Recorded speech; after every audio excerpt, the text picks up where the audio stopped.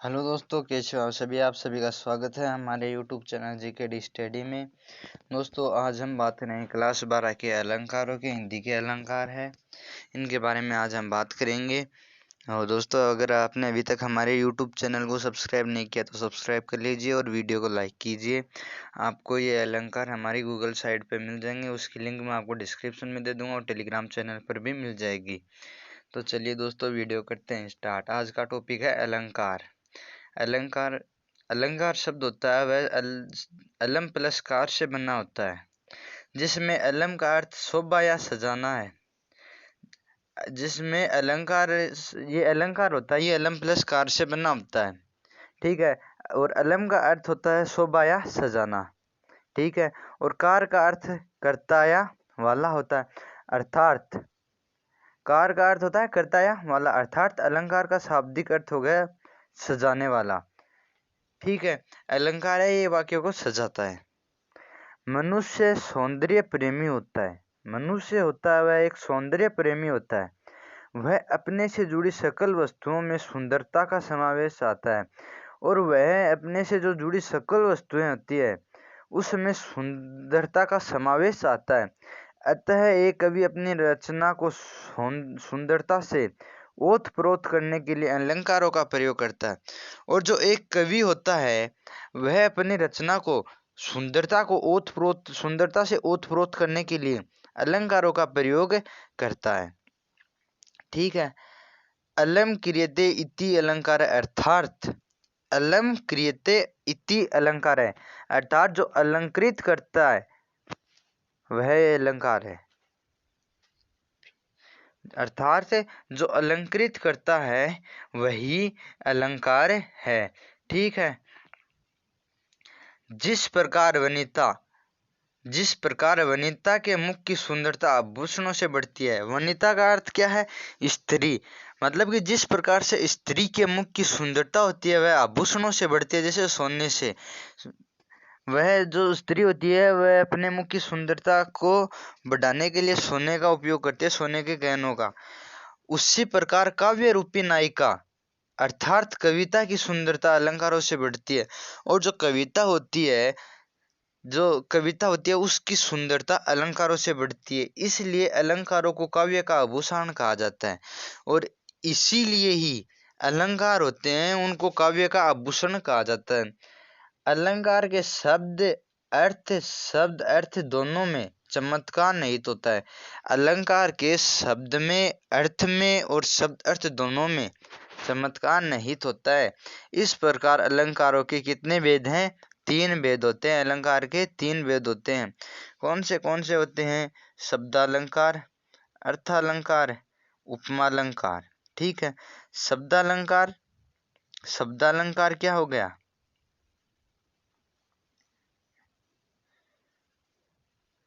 शब्दालंकार हो गया जिस अलंकार के शब्दों में चमत्कार निहित हो। मतलब कि किसी अलंकार में शब्द में चमत्कार नहीं तो वह अलंकार शब्दालंकार कहलाता है। उसके बाद आता है अर्थालंकार। जिस अलंकार में अर्थ में चमत्कार निहित हो वह अर्थालंकार कहलाता है। जिस अलंकार में शब्द और अर्थ दोनों में चमत्कार निहित हो वह उपमा अलंकार कहलाता है। उसके बाद में हमारा टॉपिक आता है अनुप्रास अलंकार। जब काव्य में एक वर्ण की बार बार आवृत्ति होती है, जैसे कि भगवान में भय और भक्तों में भय, भूरी में भय, भित्ति में भय, बगाइए में भय, इसमें ये जो वर्ण है इनकी बार बार आवृत्ति होती है। ऐसा अगर कहीं पर आपको वाक्य मिल जाए तो वहां पर अनुप्रास अलंकार होता है। आवर्ती हो तब अनुप्रास अलंकार होता है। वर्णों की आवर्ती में स्वरों का समान होना आवश्यक नहीं है। जैसे कि यहाँ पर भय है, यहाँ पर भय है, और यहाँ पर भू आ गया, यहाँ पर भी आ गया, यहाँ पर भय आ गया। वर्णों की आवर्ती में स्वरों का समान होना आवश्यक नहीं होता है। उसी भगवान भक्तों की भूरी बीती बगाए, ठीक है। वीरति विवेक विमल विज्ञाना। मतलब कि इसमें वह या वी है, ये एक वर्ण है। वाक्य में वर्णों की बार बार आवृत्ति हो रही थी है। अनुप्रास अलंकार होता है, इसके 4 भेद होते हैं: छेकानुप्रास, वर्त्यानुप्रास, श्रुत्यानुप्रास, अंत्यानुप्रास अलंकार। ठीक है, 4 अलंकार होते हैं। सबसे पहले हम पढ़ेंगे छेकानुप्रास अलंकार क्या होता है। छेकानुप्रास अलंकार क्या होता है? जब काव्य में एक या एकाधिक वर्णों की एक ही बार आवृत्ति हो तब छेकानुप्रास होता है। जब काव्य में एक या एक से अधिक वर्णों की आवृत्ति होती है, वह एक ही बार आवृत्ति होती है। जब एक ही बार आवृत्ति होती है तब क्या होता है? छेकानुप्रास अलंकार। और वर्त्यानुप्रास अलंकार क्या हो गया? वर्त्यानुप्रास अलंकार में होता है जब काव्य में एक या एकाधिक वर्णों की बार बार आवृत्ति हो तब क्या होता है? वर्त्यानुप्रास अलंकार होता है। मतलब कि जब कोई काव्य है उसमें एक या एक से अधिक बार वर्णों की बार बार आवृत्ति होती है तब वर्त्यानुप्रास अलंकार होता है। इसका ये उदाहरण आ गया: तरनी तट तमाल तरवर छऊ बहु छाए। एक काव्य में एक या एकाधिक वर्णों की आवृत्ति बार बार हो ही रही है, तय तय तय तय। ठीक है, इस स्थिति में वर्त्यानुप्रास अलंकार होता है। अगला है श्रुत्यानुप्रास अलंकार। श्रुत्यानुप्रास अलंकार में क्या होता है? जब काव्य में समान उच्चारण स्थान वाले वर्णों की आवृत्ति हो तब क्या होता है? श्रुत्यानुप्रास अलंकार। जब काव्य में समान उच्चारण वाले जो स्थान होते हैं वहां पर वर्णों की आवृत्ति होती है ना, तब श्रुत्यानुप्रास अलंकार होता है। अक्व विसर्ग ये कंठ से बोले जाते हैं। इच्छु यस नाम, इच्छु यह से नाम, ये तालु से बोले जाते हैं। ऋटुरस नाम ये मूर्धा से, तुलसा नाम ये दंत से, और उच्च होता है ये ओष्ठ से। ठीक है, तालु है, इससे तालु से हमारा ये जो पहला स होता है ना, ये बोला जाता है। मूर्धा से ये दूसरा स, और दंत से ये तीसरा स बोला जाता है। अब इसके उदाहरण है: उस पेड़ के पतंग रूपी फल को मैंने भूलवश मसद दिया। उस पेड़ के पतंग रूपी फल को मैंने भूलवश मसद दिया। दिनांत था डूबते दीनानाथ। दिनांत था डूबते दीनानाथ, तुलसी शिदत निस दिन देख तुम्हारी निठुराई।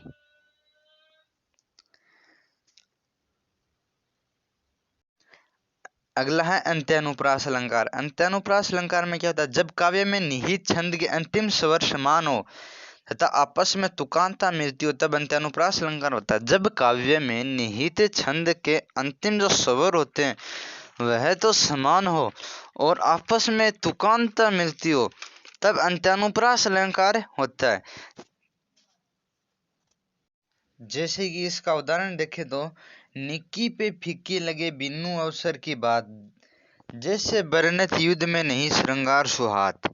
इसमें बात और सुहावत में तय और तय है, ये निहित छंद में अंतिम स्वर समान है। अगला उदाहरण देखें: रघुकुल रीत सदा चली आई, प्राण जाए पर वचन न जाई ई आ। ये दोनों जो है अंतिम स्वर है, ये समान है और इसकी तुकांता भी मिल रही है। ठीक है, अगला है विरोधाभास अलंकार। विरोधाभास अलंकार में क्या होता है? जहाँ काव्य में वास्तविक विरोध न होते हुए भी विरोध का आभास हो वहाँ क्या होता है? विरोधाभास अलंकार। जहाँ काव्य में वास्तविक विरोध न होते हुए भी विरोध का आभास हो वहाँ क्या होता है? विरोधाभास अलंकार। मीठा मीठा दर्द हो रहा है, मीठा मीठा दर्द हो रहा है। मीठा मीठा दर्द होता है क्या? मीठा मीठा दर्द हो रहा है। मैं अंधा भी देख रहा हूँ रोती हो तुम, सखी दो दो मेघ बरसते फिर भी मैं प्यासी की प्यासी। इसमें ये देखो वास्तविक विरोध नहीं हो रहा है फिर भी विरोध का आभास हो रहा है, वहां विरोधाभास अलंकार होता है। अब पहला उदाहरण है मीठा मीठा दर्द हो रहा है। मीठा मीठा दर्द थोड़ी ना होता है। अगर हम हमारे कहीं पर थोड़ा थोड़ा दर्द होता है, वहां पर हम कहते हैं कि मीठा मीठा दर्द हो रहा है। मैं अंधा भी देख रहा हूँ रोती हो तुम रोती, मैं अंधा भी देख रहा हूँ तुम रोती हो सखी, दो दो मेघ बरसते फिर भी मैं प्यासी की प्यासी। ठीक है, यहाँ पर वास्तविक विरोध नहीं हो रहा है और विरोध का आभास हो रहा है, वहां विरोधाभास अलंकार होता है। उसके बाद तीसरा आता है उदाहरण अलंकार। उदाहरण अलंकार में क्या होता है, जब काव्य में पहले एक सामान्य बात कही जाए तत्पश्चात किसी लोक प्रचलित बात से उसकी पुष्टि की जाए, तब उदाहरण अलंकार होता है। यह सदैव वाचक शब्दों से जुड़ा होता है। मतलब कि जब काव्य में पहले एक सामान्य बात कही जाए, जब वाक्य में पहले एक सामान्य बात कही जाए और उसके बाद किसी लोक प्रचलित बात से उसकी पुष्टि की जाए, तब उदाहरण अलंकार होता है। और यह अलंकार होता है, यह सदैव वाचक शब्दों से जुड़ा होता है। वाचक शब्द कौन से हैं? जैसे, जैसा, जैसी, ज्यों आदि। ठीक है। उदाहरण, उदाहरण में करत करत अभ्यास के जड़मति होत, सुजान ज्यों रसरी आवत जात के सिल पर परत निशान, आन और आन। ठीक है, जब काव्य में पहले एक सामान्य बात कही जाती है, ये सामान्य बात, और उसके बाद कोई लोक प्रचलित बात उसकी पुष्टि करे, तो उसमें उदाहरण अलंकार होता है। और ये वाचक शब्दों से जुड़ा होता है। वाचक शब्द मैंने आपको ऊपर कौन से बताए थे? जैसा, जैसे, जैसा, जैसी, ज्यों, ज्यों। इसमें वाचक शब्द कौन सा है? ज्यों। ठीक है। निकी पे फिक्की लगे बिनु अवसर की बात, जैसे बर न तो युद्ध में नहीं श्रृंगार सुहात।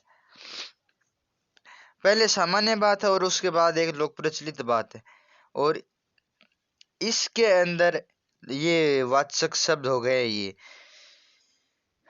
ज्यों रहीम रस होत है उपकारी के संग, बाटन वारे को लगे ज्यों मेहंदी को रंग। ये देखिए, पहले ये वाचक शब्द से जुड़ा है, उसके बाद इसमें सामान्य सामान्य बात कही जा रही है, और उसके बाद लोक प्रचलित बात कही जा रही है, उससे इसकी पुष्टि हो रही है। ठीक है।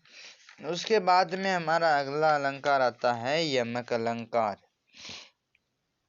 यमक अलंकार में क्या होता है, जब काव्य में एक शब्द की बार बार आवृत्ति हो तथा हर बार अर्थ अलग अलग हो, तब यमक अलंकार होता है। जब किसी काव्य में एक शब्द की आवृत्ति बार बार हो और हर बार उसका अर्थ, हर उस काव्य में हर बार हर एक शब्द का अर्थ अलग अलग हो, उसे क्या कहते हैं? यमक अलंकार। या जहां सार्थक किंतु भिन्नार्थक शब्दों की आवर्ती हो, वहां यमक अलंकार होता है। सजना है मुझे सजना के लिए, यहाँ पर इस सजना का अलंकार तो होता है श्रृंगार, और इस सजना का अलंकार होता है प्रियतम। सजना है मुझे सजना के लिए। ठीक है, यहाँ पर श्रृंगार और यहाँ पर प्रियतम अपने पति के लिए कह रही है। अगला है सारंग ले सारंग चली सारंग पुग्यो आए, सारंग ले सारंग दरियो सारंग सारंग माए। इसमें पहले सबसे पहले जो सारंग है उसका अर्थ है घड़ा, दूसरा जो सारंग है उसका अर्थ है युक्ति, तीसरा सारंग है उसका बरसात, चौथा है उसका वस्त्र, और बड़ा उसके बाद में पांचवा उसका है सारंगर, अगला है उसका युवती, अगला है सरोवर। मतलब कि जो युवती है वह घड़ा लेकर चली गई और पानी लेने के लिए, और तब नदी के किनारे, और तब बरसात आ जाती है, और वस्त्र और घड़ों को घड़ा होता है उसको रख कर युवती सरोवर के अंदर नहाने चली जाती है। यमक अलंकार के दो भेद होते हैं, सभंग यमक और अभंग यमक। ठीक है। सभंग यमक क्या होता है, जब काव्य में एक शब्द की बार बार आवर्ती हो लेकिन किसी शब्द या शब्दांश के साथ जुड़कर हो, तब सभंग यमक होता है। जब काव्य में एक शब्द की बार बार आवृत्ति हो लेकिन किसी शब्द या शब्दांश के साथ जुड़कर हो, तब क्या होता है? सभंग यमक होता है। जैसे कि यूं पर्दे की इज्जत पर्दे से हाथ बिकानी है। पर्दे, एक शब्द की बार बार आवृत्ति होती है पर्दे, लेकिन शब्द या शब्दांश से जुड़कर होती है शब्दांश से, शब्द से। पर्दे, यहाँ पर पर्दे सीधा है और यहाँ पर किसी शब्दांश के साथ जुड़कर होती है। आयो सखी सावन विरह विरह सरसावन, लग्यो है बरसावन, सलील चहूं ओढ़ते। यहाँ सावन अकेला है, यहाँ सर के साथ सावन है और यहाँ पर बर के साथ सावन है।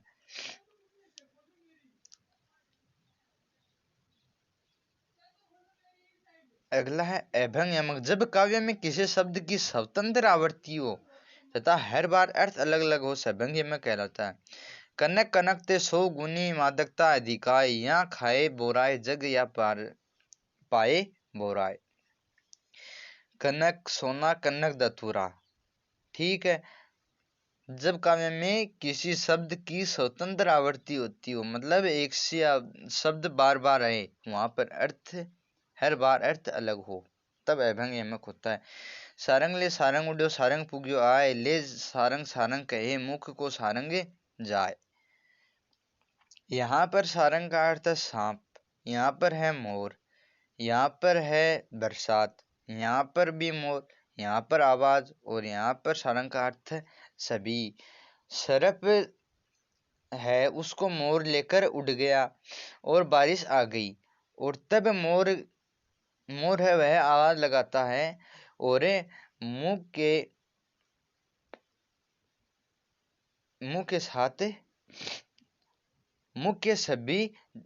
को सभी जाए। ठीक है, आज के वीडियो में हम बस इतना ही अध्ययन करेंगे, बाकी की बातें करेंगे अगले वीडियो में। ये अगर आपने अभी तक हमारे चैनल को सब्सक्राइब नहीं किया तो सब्सक्राइब कर लीजिए, और ये आपको हमारे गूगल साइट पर मिल जाएंगे, उसकी लिंक मैं आपको डिस्क्रिप्शन में दे दूंगा। धन्यवाद।